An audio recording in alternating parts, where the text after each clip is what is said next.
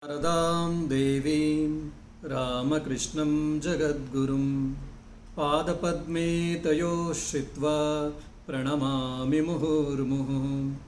नमः श्रीयतिराजाय विवेकानन्दसूरये सच्चित्सुखस्वरूपाय स्वामिने तापहारिणे।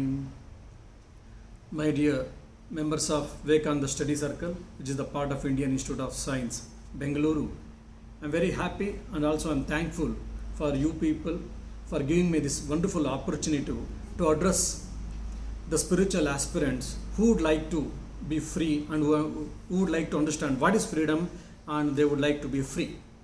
And I welcome and I appreciate all the hearers who are spiritual aspirants and the divine beings who want to understand their real nature. And also, it fills my heart with great joy to address in this stage Vivekananda Study Circle, because 4 or 5 decades or 4 decades before, my revered Gurudev, most revered Swami Ranganatanji Maharaj, the 13th president of the Ramakrishna Order, who was known for Abhinava Vivekananda, who was instrumental in starting this Vivekananda Study Center in the Indian Institute of Science. Being his disciple, I feel it is a deep privilege to address on this stage or for this gathering.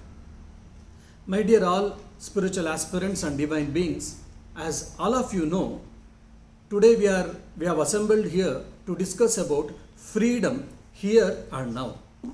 This is the great, unique concept given by Indian philosophy, Sanatana Dharma, and with special reference to Advaita Vedanta par excellence.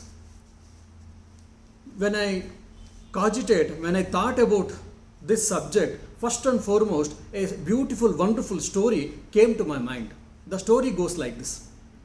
The two young people, named one is Yogendra, the other is Sai Krishna. These are the two people, young guys, young chaps, they were working. But they come from humble background and middle class family. So to support their family and to support themselves, they had to work hard. Every day they used to work hard and they never had any problem for square meal. Their life was going on. After some time, once, Yogendra asked the Sai Krishna, Mr. Krishna, if you don't mind, I would like to ask a personal question with you. Then Sai said, yes, you can ask me.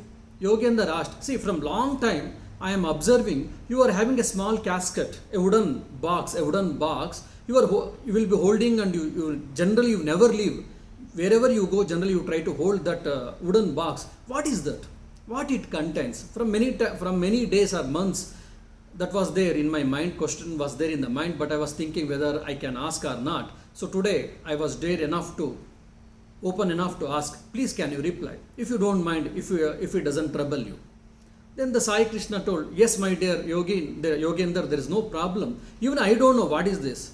I have got this from my father, and my father got from his father, and my grandfather got from great grandfather. From generations it is coming.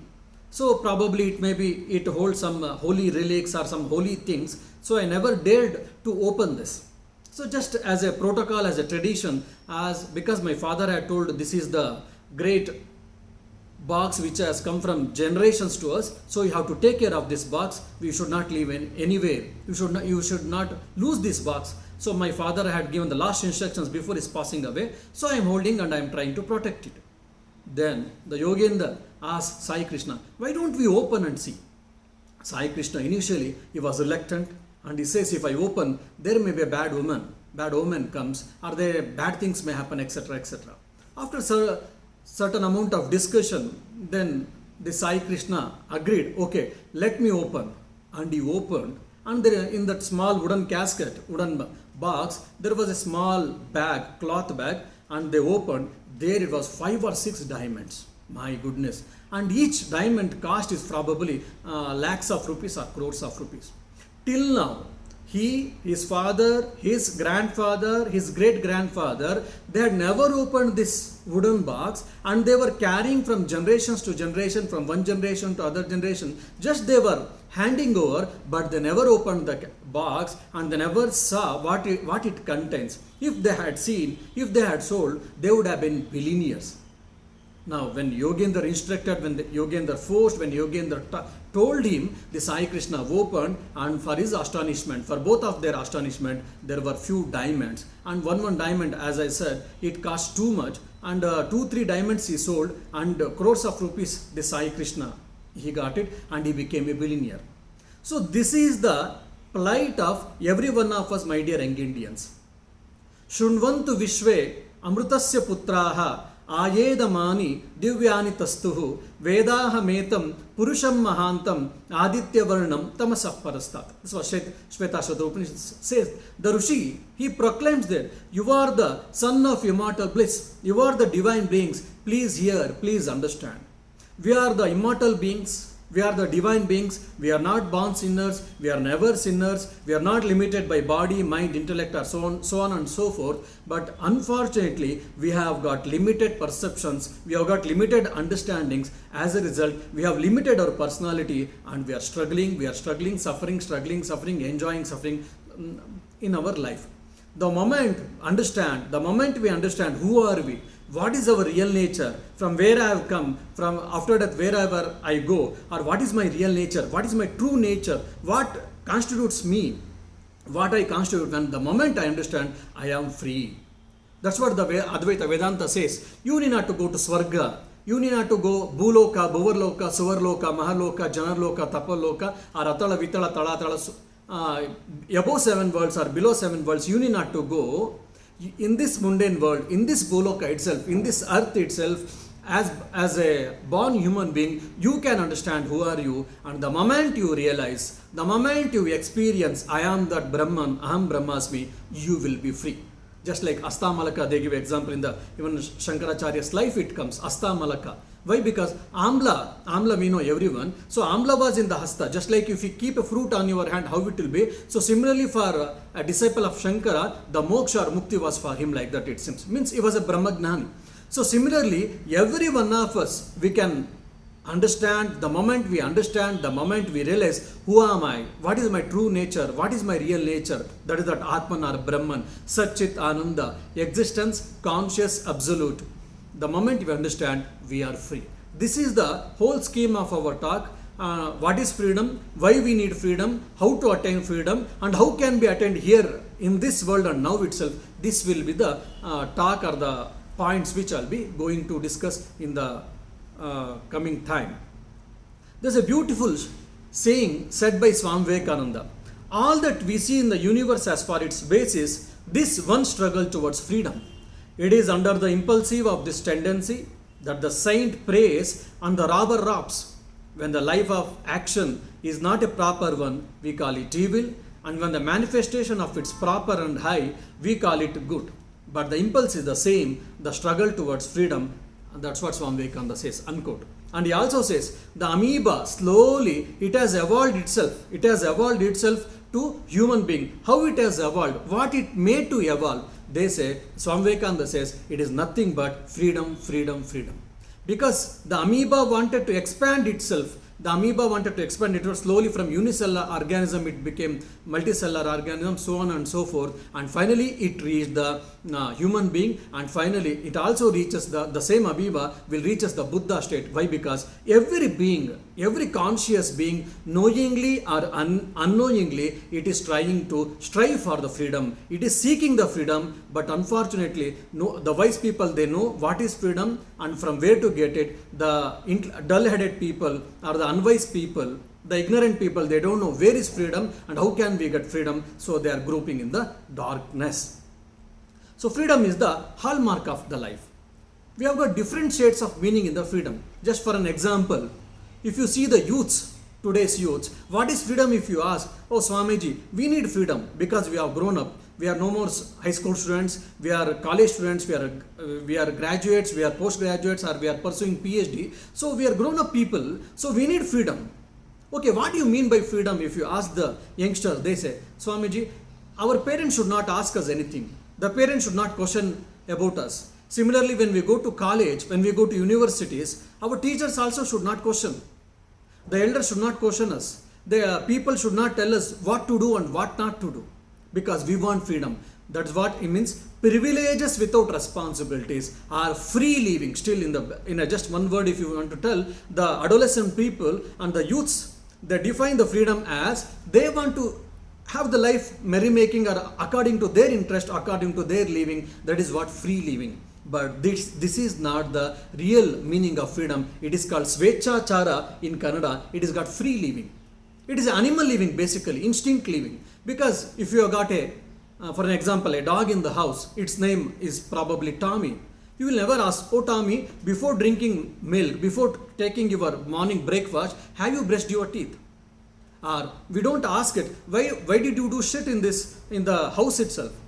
Because it has a tailor-made program, it is a biology made program is there for the dog. Generally we take out and we allow them to do shit and etc. Instinctively, the animals they live. If we are also living at the level of instincts, we have got human body, but we will be just animals. We are not really human beings. So we are not supposed to live at the level of instincts. Today, whatever the youngsters have understood what is freedom, that is free living or instinct living at the level of instincts, that is not freedom. Then what do you mean by freedom, Swamiji? Swami Vivekananda beautifully he defines what is freedom. Freedom means responsibility. Freedom is responsibility. Are you responsible for yourself? Are you responsible for your time? Are you responsible for your life? Are you responsible for your desires, for your passions, for your time and for your quality life, etc.? Then automatically the freedom comes to you. That's what Swami Vivekananda says. So freedom means responsibility. Then we have got social freedom, political freedom, so on and so forth, which we are not going to discuss and which is not the part of this lecture today. And we are going to speak of spiritual freedom. Before entering into the spiritual freedom, I would like to discuss the difference between external freedom and the difference between the internal freedom. Today, if you see from the old stone age to the present day, if you see, human being is growing and is getting evolved physically, mentally, intellectually, and even at the level of science and technology or industrial revolution, so on and so forth. He has developed new devices. He has made comfortable life. With the help of new technology, many things he is doing. He is trying to control over the nature. He is trying to have the mastery over the nature, which has given lot of benefits, which has given lot of good for us, which has given lot of privileges for us, no doubt. But at the same time, unhealthy competition, might for right tendency, all these things also have come in the mindset of the society, of the people, and unhealthy competition, kicking someone, or just because I have to live, I will suck the blood of common people or the poor people. Such type of evil tendency, evil mindedness also has cropped in the human mankind. This is of science and technology which is used in a wrong way. So if you have got control over the external nature, that is not the real mastery, that is not real freedom. Because when we have a control over the external nature, I may be the mastery, I have got the mastery over the external nature, but generally I will not have a mastery over my internal nature. As a result, there will be lot of problems, lot of dangers, or the species will be endangered, society may be get endangered, people will be killed unnecessarily, people will be taken for task unnecessarily, which we are seeing in the present day society. So that's why external freedom is not the real freedom, internal freedom is the real freedom. Still, to make my point very clear, I would like to discuss. For an example, a student will think, okay, after my graduation, there will be no more study, there will be no more reading, there will be no more assignments, there will be no more appearing in the exam. So once my exams are over, once my graduation or post-graduation is over, I feel I am free. But once he finishes his education, that is graduation or post-graduation, when he goes for working, when he goes into the work, then he understands that student life was the golden life, student life is the golden life. Probably we should, that was the better. At the same time, a politician thinks, if I become MLA, if I become a MP, if I become a minister, if I become a CM or PM, I will be free because my power will be I will have a power and I can do anything and everything and I will be the free person. I will have absolute freedom. Once he becomes the CM or PM, he will understand that no, it is not. Similarly, a business entrepreneur thinks that once I become rich person, once I become thousand, once I earn lakhs of rupees or crores of rupees, I will be free. If I can extend my business for to the larger area, I will be free, he thinks. After some time, he understands that he may get partial freedom, he may get little name and fame, he may get little power and position, etc., but really he will not get complete freedom, or he will not get real freedom.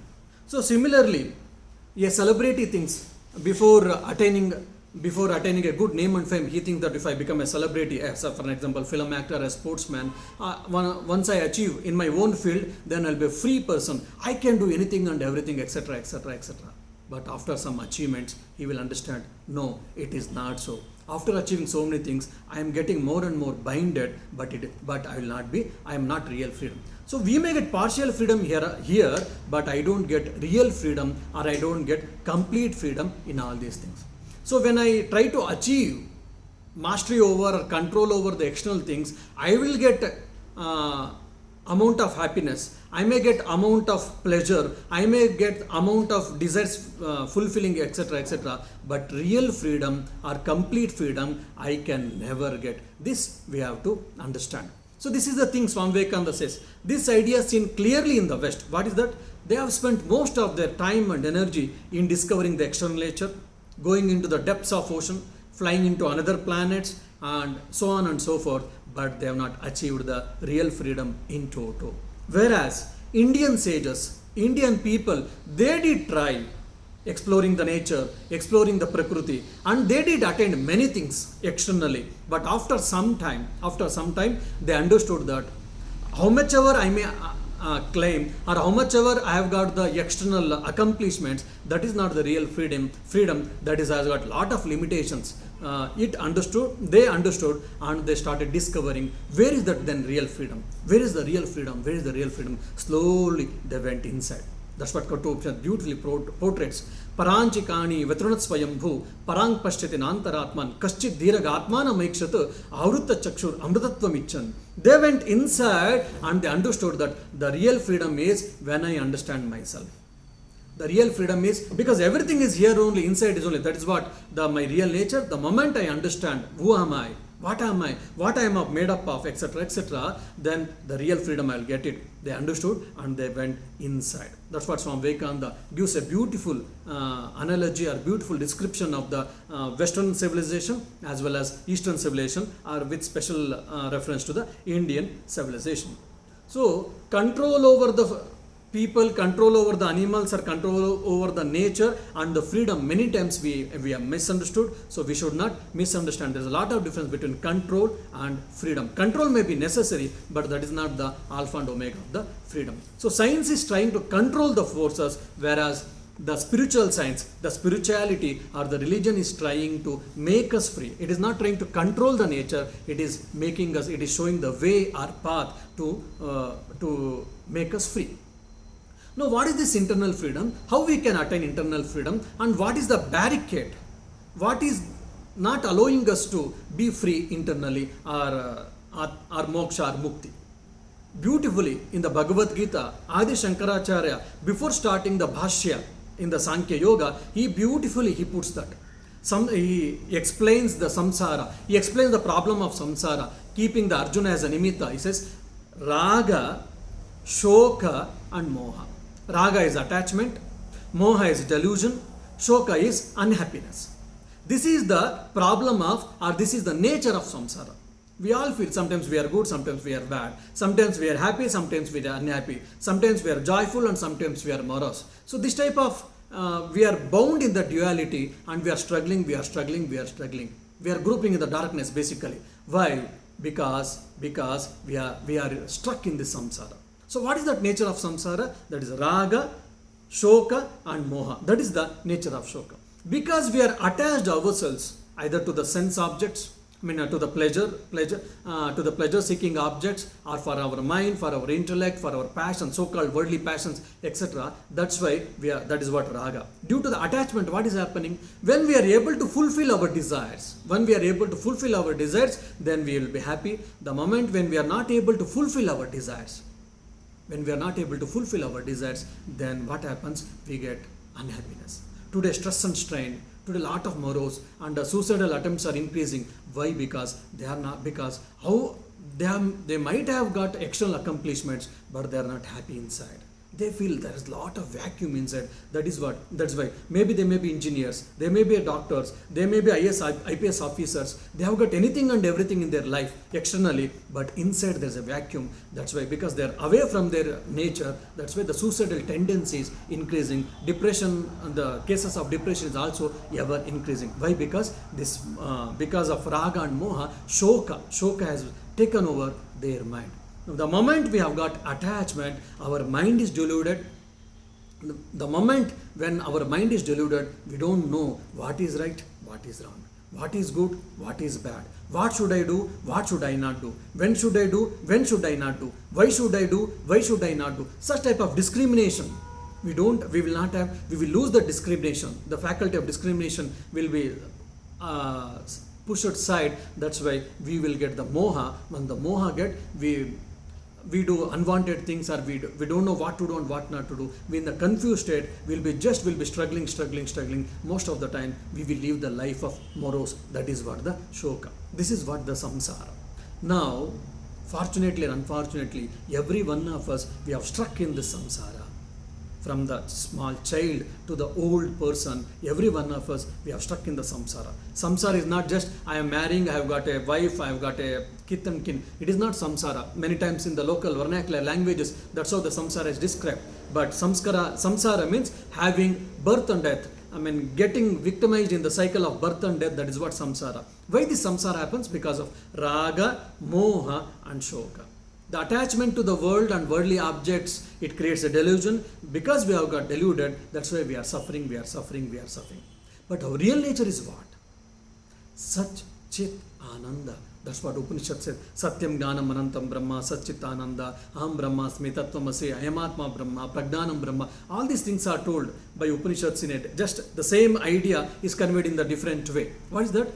I am existence, knowledge, bliss, absolute. That is my true nature. That is not my character. That is not my guna. That is not my character. That is not the adjectives of the soul or of the self, of the Atman or Brahman. That is the nature. That is the nature of every being, of every soul, or of the self, or of the Atman or Brahman. The moment I understand, I will be free. I may be a son of Mukesh Ambani, or I may be a son of beggar.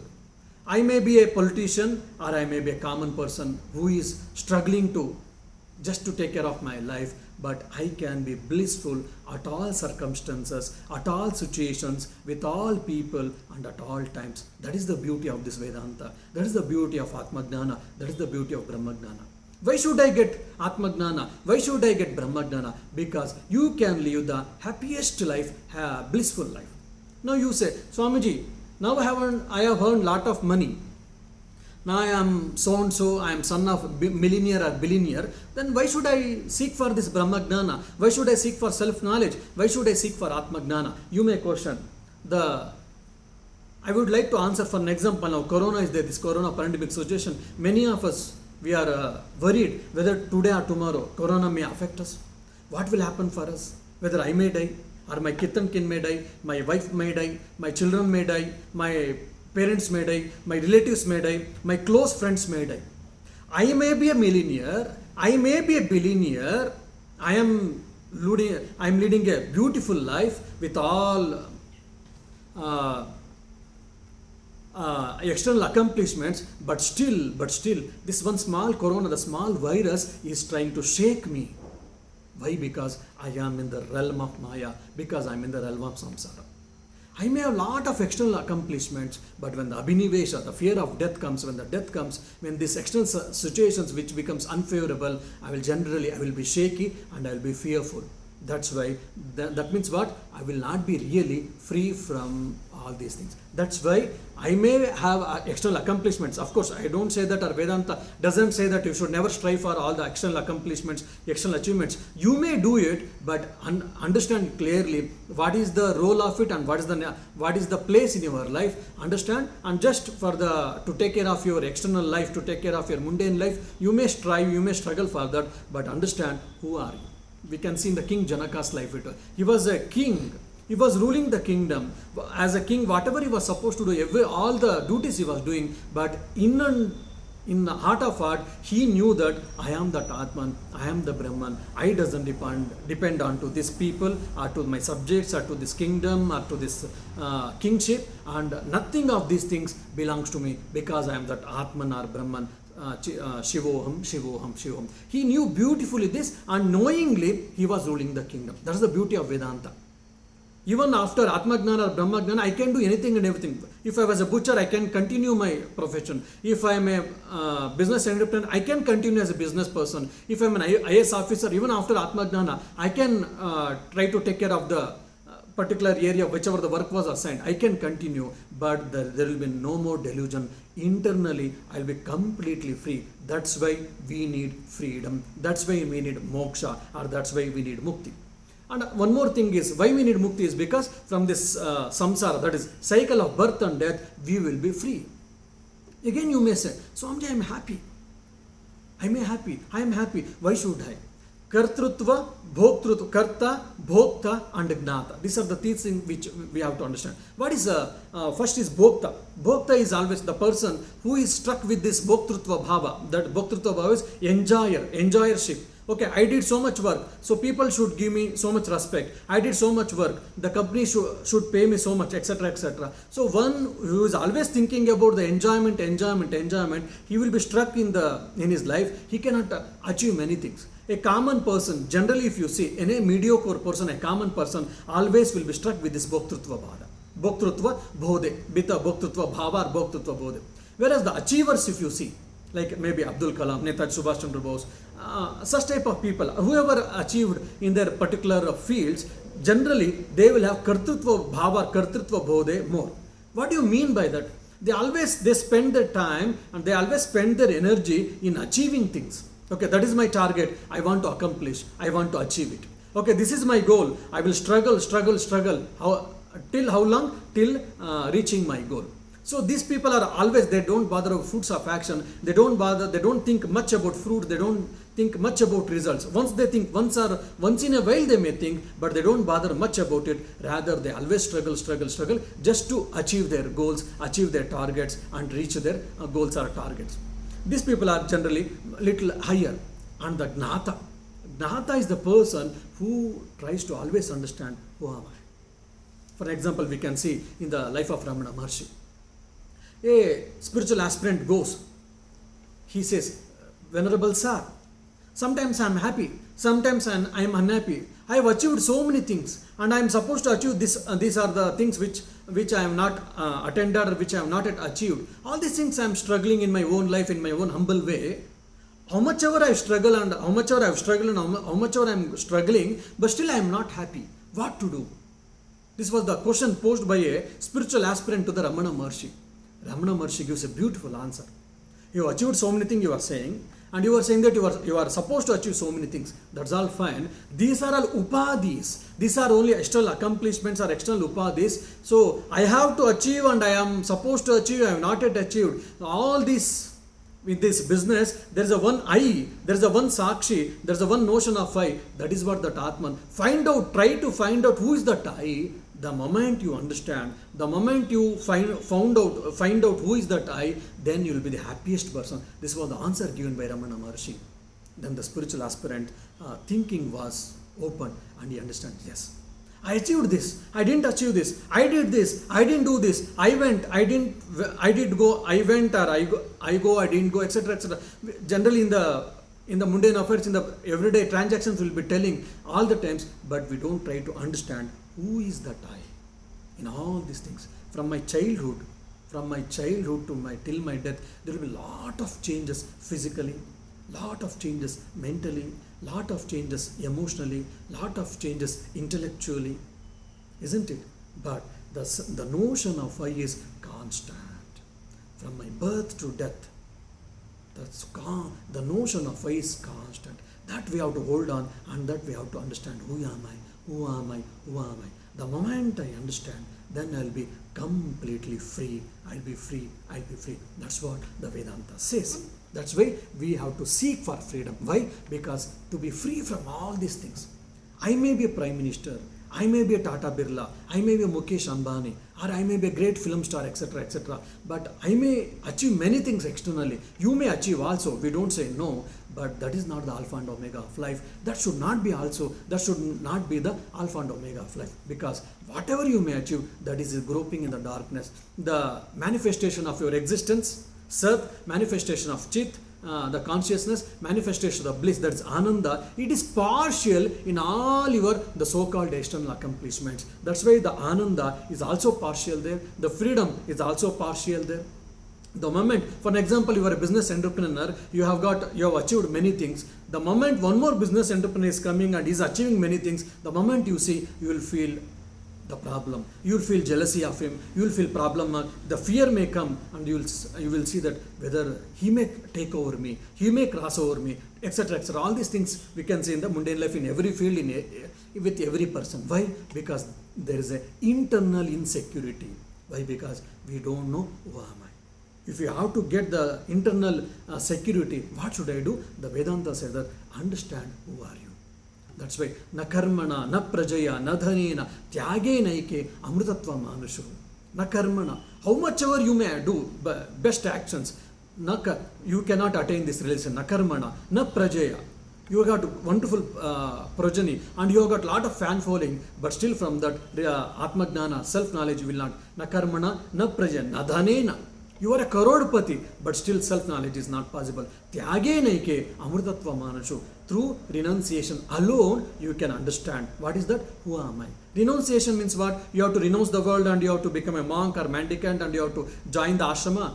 The renunciation, we say that, no, we are not saying that renunciation. The renunciation of ahankara and mamakara, that is I-ness and minus. The small I, the I-ness connected with the body, mind complex, that you should renounce the I-ness and minus, ahankara and mamakara. The moment you renounce it, then you will be free. Amrutatva, you will get it. That is what? Immortality, you can get it.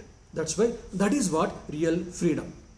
Now, the Advaita says that. You may say you are free or you are happy, etc., etc. That will be always in the limited time. It is just like a buy one get one free. Today I am happy, tomorrow I am happy, day after tomorrow I am happy, for 1 week I am happy, but there is no assurance, there is no guarantee after a week you will be happy. And it is certain that you cannot be happy. After some time there will be some situation, there will be some problem which disturbs your mind, your happiness goes away. So whatever I externally accomplish, the happiness, the peace, whatever I get, that will not be for a long time. It is disturbing or it is limited in nature.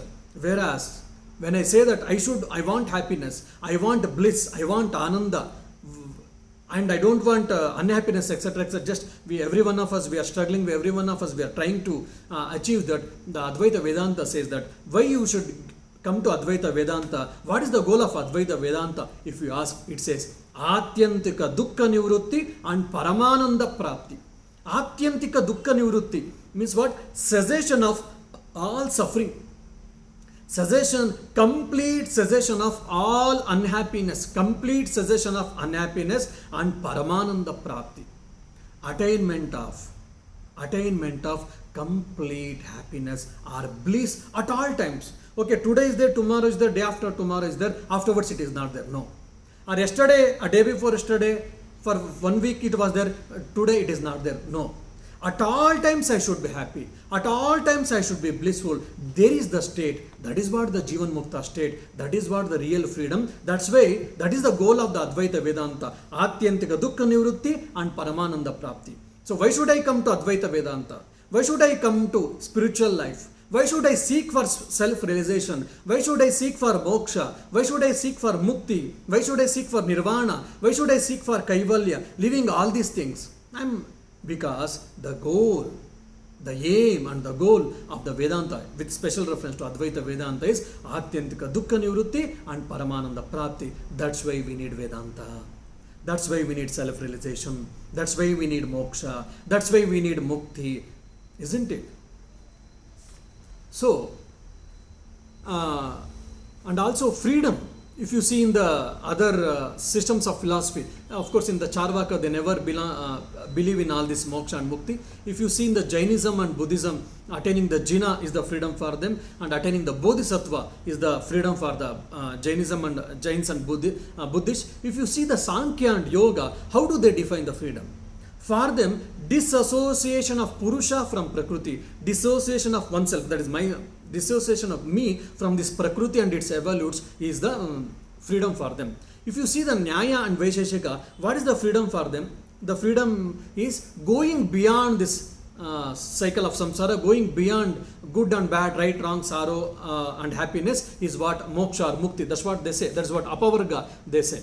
And if you see Purva Mimamsa, what is this? Generally, in the Purva Mimamsa, that is Karma Kanda, in the Purva Mimamsa, how do they define freedom? For them, freedom is attaining heaven, attaining Pitruloka, attaining Gandharva Loka. So attaining the higher worlds and enjoying there, that is the freedom for them, that is what the mukti. And in the later Mimamsakas also accept different idea of moksha, that is complete cessation of, complete absence of sorrow and suffering.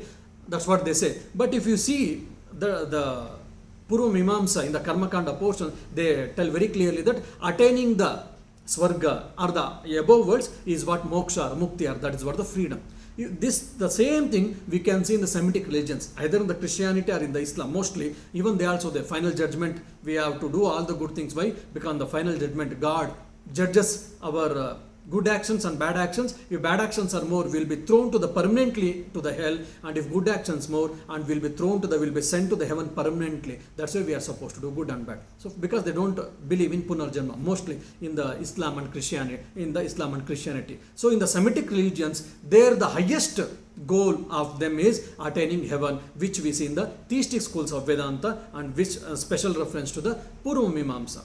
When coming to the Vedanta, in the different schools of Vedanta, if you see, this Jivan Mukti, as I told already, this Jivan Mukti is the unique concept of Advaita Vedanta only. Of course, Sikhism also accept this Jivan Mukti. Otherwise, in the Vishishtadvaita and Dvaita, if you see, they don't accept this Jivan Mukti. Rather, they describe the Mukti with the different states of existence, different grades of existence also, like Salokya, Sarupya, Samipya, Sayujya and all. So what is the just I will mention, and again I will come to Jivan Mukti. Sayujya, that is becoming one with the Lord. There is Brahma Sayujya, Gnani will attain, Ishvara Sayujya, Yogi will attain. This few people only tell. Generally, they tell Salokya. After our death, we go to the Virja through Viraja Nadi and all. We get a lot of punya. If we have got a lot of punya and if we are a free person, then we will stay with the Lord. The Lord is living in the Vaikunta or Kailasa, whatever. So even we also live in that world, in that particular planet or particular world with the God itself. Then Sarupya, having the same form as the Lord. This is mainly predominantly this concept is in the Vaishnavism. Just like Narayana has got 4 hands and etc. Even after crossing the Vrija Nadi, we also get such type of, if we are eligible, we are also get such type of Rupa just like Narayana has got, and we also will have 4 hands, Kirita, Shankha, Chakra, Gada, Astandal. We will be also living with the Lord himself. That is what Sarupya. And Samipya, living as the attendant or the companion of the Lord is called Samipya. And few scriptures give one more type of freedom, moksha or mukti is called Sarshti, that is to enjoy the same appearances as Lord. So these are the different freedoms, different types of moksha or muktis is discussed in the theistic schools of Vedanta, that is Vishishtadvaita and Dvaita. Whereas in the Advaita, we never bother for all these things, we never even want all these things. We accept only Jivan Mukti and Krama Mukti. Krama Mukti is doing lot of Upasana, we will go to Brahmaloka, and Brahmaloka doing Shavana Manana Nidhyasana, we will attain the Brahma Gnana, Atma Gnana, Brahma Sakshatkara, Atma Sakshatkara. Otherwise, Advaita always tells Jivan Mukti. Ihaiva, in this world, in this body only, we have to understand who am I, and that is the real goal of life. Beautifully in Viveka Chudamani, we can see Adi Shankaracharya, Shankara Bhagavad-pada tells Durlabham Trayame Vetad Daivanugrahetukam Manushatvam Mumukshatvam Mahapurusha Samshaya. What is that? 3 things are very unique and very difficult to get it. What is that? Manushyatva, Mumukshatva, Mahapurusha Samshaya. Manushyatva, there is a human body with the humanness, and the Manushatva and Mumukshatva, seeking for liberation, intense desire for liberation, and Mahapurusha Samshaya, getting close contact with the great people, sages or wise people. Such, these are the three things which is unique and which is rare indeed. If you can get, your life is blessed. Once you get, what will happen? You will try to realize God, you will try to understand who are you, and you will be the Jivan Mukta. So in the Advaita Vedanta par excellence, we get the bolder affirmations regarding the divinity of man, inner nature, about our perfection, etc. So what is Advaita says about Jivan Mukti and how to attain Jivan Mukti will be again 10-15 minutes of my talk. According to the Advaita Vedanta, or most of all the religions will accept that innately, actually, in the beginning, at the beginning of the creation, every human being, every individual soul or every Jivatma was pure in its nature. Due to somehow or other, it has fallen from its real nature. Even for example, if you see in the Semitic religion, in the Jews or in the Islam and the Christianity, what they say that Adam and Eve, they ate the forbidden fruit. That's the reason they committed a sin, they committed a blunder, but still God excused them, and they say He sent them to this earth. That's why we are all original sinners. Whereas Vedanta, we don't believe in this virginal sin. Means Swamiji beautifully says that they are saying that we have fallen from our true nature, from our real nature. Even theistic schools of Vedanta also tries to explain in a different way. Whereas Advaita Vedanta says that my true nature is, my real nature is Sat, Chit, Ananda, absolute existence, absolute consciousness and absolute bliss. This is my true real nature, but unfortunately I have forgotten. What do you mean by a forgotten? Just probably you can remember the story of the two people, the story of Yogendra and the story of Sai Krishna, which I told at the beginning. This is the nature, this is the plight of every one of us. We have understood, we have forgotten about our real nature. Just to make it clear, just to explain a little better way, probably I can give a simple everyday hours experience. Now we are in the daytime, of course now it is the evening, you cannot witness. Otherwise in the daytime, generally we witness the sunlight. Now a thick patch of clouds comes and they stand in the sky. So as a result, the sun is covered. A thick patch of white cloud or black cloud is covering the sun. So sunlight has come, whatever we were getting the sunlight, it has come down. Now, because I am not able to see the sun, I cannot say that there is no sun. After some time, maybe a few seconds or few minutes or few hours, once the clouds gets dispersed, again I will be able to see the sun. So similarly, the thick veil of ignorance has covered our true nature. That's why I am unable to understand, I am unable to know, I am unable to realize my true nature. Who am I? What is the true nature? What is my real nature is? Sat, Chit, Ananda. The moment you understand what is your real nature, then you are free. That's why I can attain this Jivan Mukti or I can attain this freedom here and now and here. Why? The moment you understand who are you are a free person. Your understanding, you means what? It is just not merely intellectual understanding, means experiencing. For example, now you are hearing this Vedantic, that wonderful talk. Now you may feel that, okay, I am not this body, I am not this mind, I am not this intellect, I am not this samskaras, I am not this emotion, I am not this so and so, the person, I have got some name, even I am not so, I am that Atman Brahman, you have understood. You receive a message, you receive a phone call, which was not desired by you. A phone call, a simple message can disturb you. For example, you receive a bad news, passing off your some relatives, immediately your mind gets disturbed. Till now, you were saying that, okay, after listening to the lecture of Swamiji, I have now understood that I am that Atman, I am that Brahman. The moment you got this news, immediately you start reacting, you start crying, probably you close the lecture and you start going, you start planning how to go and etc. etc. Your mind is agitated, your mind started reacting. You know that now also you are that Atman or Brahman, but your experience is contradicting. Why? I may know intellectually, but it has not become the fact for me because I have not yet experienced. The moment you experience I am that Aham Brahmasmi, then that means the thick veil of ignorance is dispersed or it has been destroyed. So all of our spiritual practices, all of our sadhana is for what? This is to the removal of this ignorance, to removal of avidya, to removal of to destroy the ajnana. A simple one more example I can give. For example, sandalwood. A piece of sandalwood is kept in a water for few days, 3 or 4 or 5 days. So there was a stinky smell.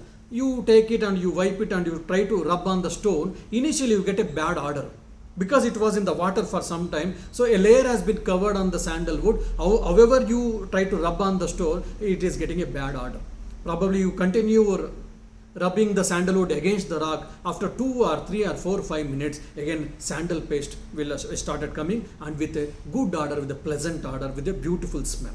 Earlier it was not coming for 2 or 3 minutes, now it started coming, because that is the real nature. Because since it came into contact with the water, the sandalwood, it had covered a different layer. That is what mushroom or pachi we say in Kannada. So for that reason, that bad odor was coming. The moment it has been removed, so that in its innate nature, real nature, what is that perfume, beautiful perfume started coming. So similarly, our real nature is Satchit Ananda Gnana Pragnanam Brahma, or Gnanam Anantam Gnanam Brahma. That is our real nature. Just like the sandalwood was covered by a thin layer which was giving a bad odor. Similarly, a veil of ignorance has covered us. That's why we are unable to understand who am I. That's what Vedanta says. Mala, Vikshepa and Avarna. These are the 3 doshas which Vedanta says. What is that mala? Dirt. What is the dirt?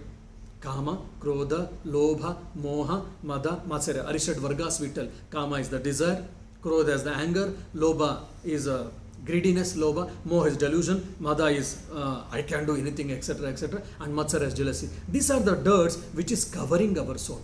Because since it is covering Mala, what happens? Avarna. This dirt is covering the soul. That is what Avarna Shakti. And Vikshepa, it is tossing, it is wrong projections are happening, it is tossing is happening. These are the 3 doshas which we discuss in the Vedanta. As a result, we are unable to understand who am I. We are unable to know I am the Brahman, Aham Brahmasmi. So Karma Yoga, Jnana Yoga, Bhakti Yoga, Raja Yoga, all these yogas, all these spiritual practices, why should I do? Because to remove or to destroy, to remove this Mala, Vikshepa, Avarna, these 3 types of doshas, defect should be removed. The moment I remove, just I will understand who am I. Still, to give an example, for example, in the olden days, there used to be a lamp, and lamp, for that a chimney used to be there.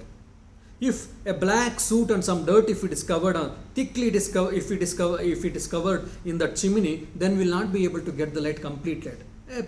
Probably 10% or 20 or 30 or 40% of light only will be getting. The moment we remove the chimney and you clean inside, you remove the black soot and you remove the unwanted dirt, and if you place on the lamp, we get 100% light. Earlier also the light was there, the light was there, but we were not able to get it. Why? Because the inside there was a dirt. The moment we remove the dirt, we are able to receive the complete light.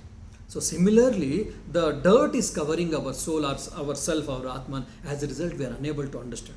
So we need not to do any new thing. We need not to attain new thing. We need not to achieve new thing. Only just like we cleaned the chimney, a glass chimney, so we have to clean our soul. We have to clean our chitta. That is what mind we say. The moment we clean our mind, just like when the glass chimney was cleared, it was able to reflect the light. The moment our mind is cleansed, it is cleaned, then it can reflect the Atman, the light reflection of the consciousness, then we will be able to understand Aham Brahmasmi. That's why we have to do sadhana. Whatever you do, Jnana Yoga, Bhakti Yoga, Raja Yoga, Tapa Yoga, Hatha Yoga, whatever the spiritual practices is told by scriptures, why we should do all these things? Because just to clean our mind, to remove the dirt and to destroy the ignorance.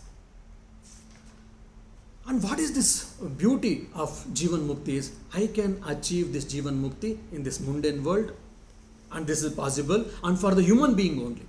Even for any devas, Gandharvas, Yakshas, Kinnaras and all, they can enjoy the life, but they cannot attain the emancipation. They cannot attain the Brahma Gnana in any other worlds except Brahma Loka. That's why this human birth is the blessed birth. Human life or human body is a blessed body, but unfortunately we are misusing for so many unwanted things.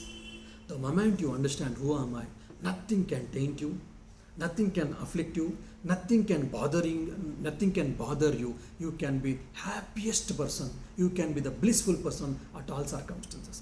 Probably you will be able to understand this clearly when you remember, if you remember the story of Dandamisha and Alexander.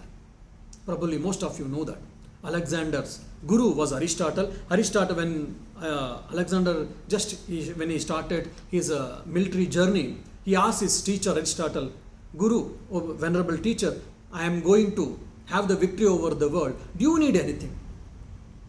His guru, his teacher Aristotle says that I have heard that India is the land of Brahmagnanis. India is the land of the born philosopher. If you can bring any one good philosopher, then I would like to discuss with him spirituality, with him the Atmagnana or whatever, so the knowledge. That's why if possible, you can bring one philosopher. That is what the Guru Dakshina was asked by Aristotle. Then he said, Alexander said yes. Then he came to Persia, Egypt and all slowly, and he came to the till river, Beas river, that is present Pakistan. Till there only he came. After that, then their soldiers were reluctant to come because there was a huge Magadha kingdom and etc. They were supposed to go back. Then immediately Alexander remembers, okay, my teacher has asked to bring one philosopher. Okay, let me get it. Then he tells for Pururava, the king Pururava, Porus, they say, Pururava, can you get me one Brahmagnani? Or can you get one Sadhu or Bairagya or Brahmagnani, whatever. They have told that. Can you bring? Then the king says, yes, our India is full of Brahmagnanis, only India is born of philosophers. India is a philosopher's land. You said, as your teacher said, it is right. Okay, I can get it. In every street we get it because we have got lot of philosophers, lot of Brahmagnanis. Then during that time, a monk or a mendicant, a sadhu was there, famous by name Dandamisha. So Senadipati, the chief in commander, he goes and approaches saying that, sir, the great emperor the great Alexander is calling you. He would like to take you for his kingdom. So please come. He says that I will not come. Why should I come? I am happier. I will not come. Then he was given saying that we will give so much money, we will give so many jewels, pearls, diamonds, etc., etc. Can you come? He says no. And they will threaten him, but still he doesn't come.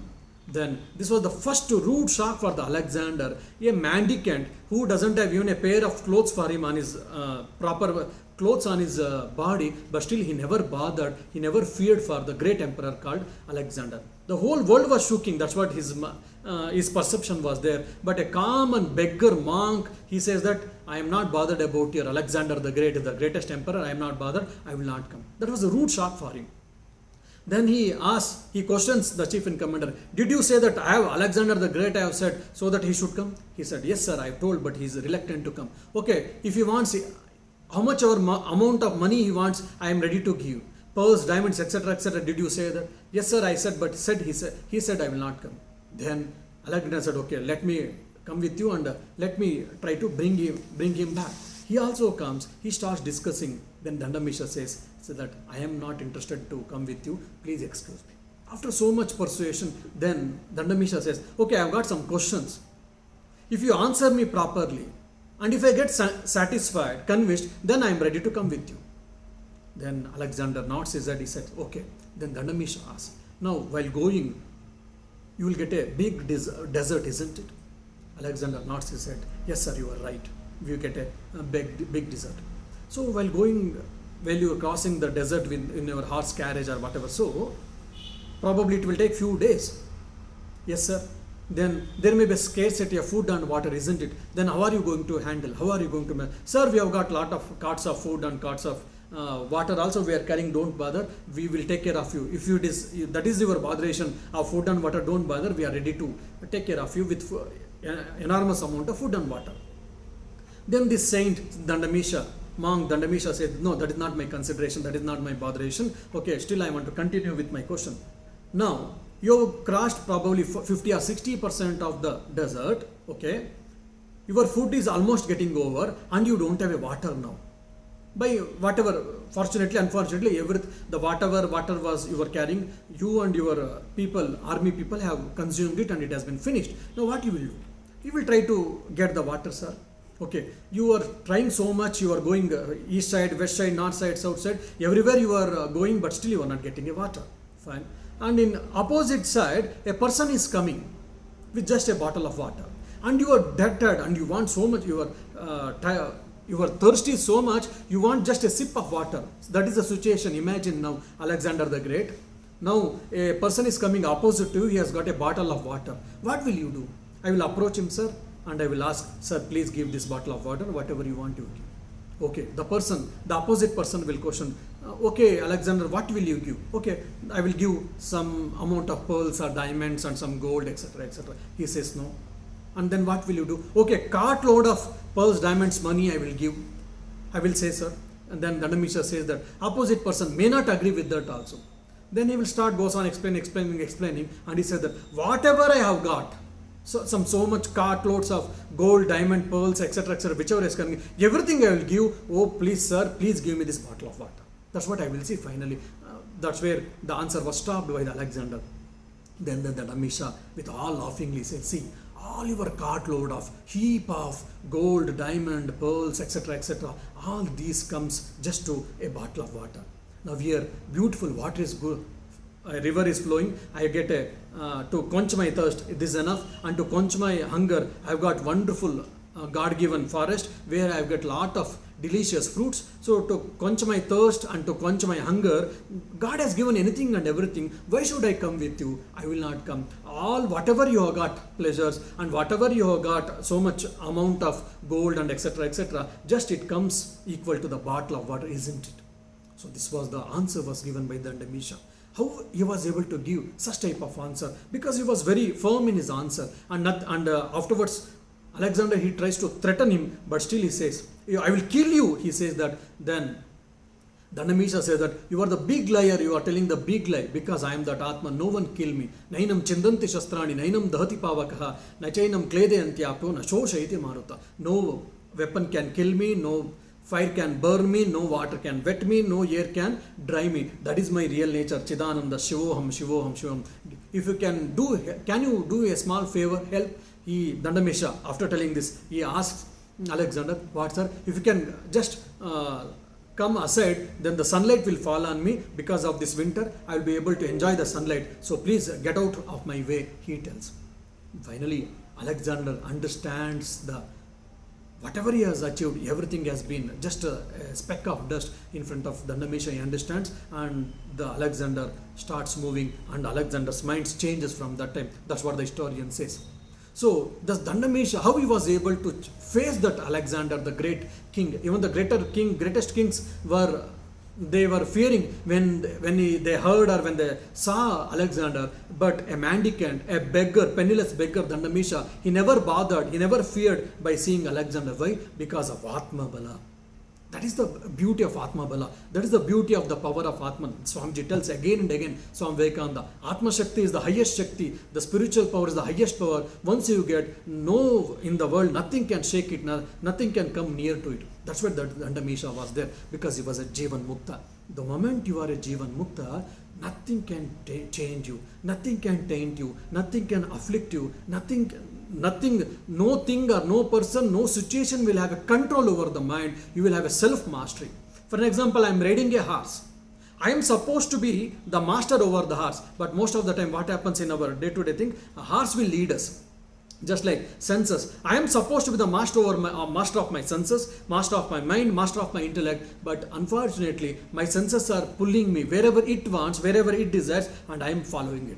Just like my mind is pulling me wherever it desires, I am following my mind. So similarly with the emotions and etc. I am supposed to be master over my body, mind, intellect, desires and emotions, but I am the slave of all these things. Once I understand who am I will be the master over all these things, because nothing of these things will taint, and they will lose all their powers. Generally we say, oh Swamiji, mind is very turbulent, we cannot control the mind. Mind is naturally, by its nature, it is restless. How to control the mind, how to curb its restlessness, etc., etc. This is the age-old question started from Arjuna till now. All these things will be taken care. The moment you understand who are you, who am I.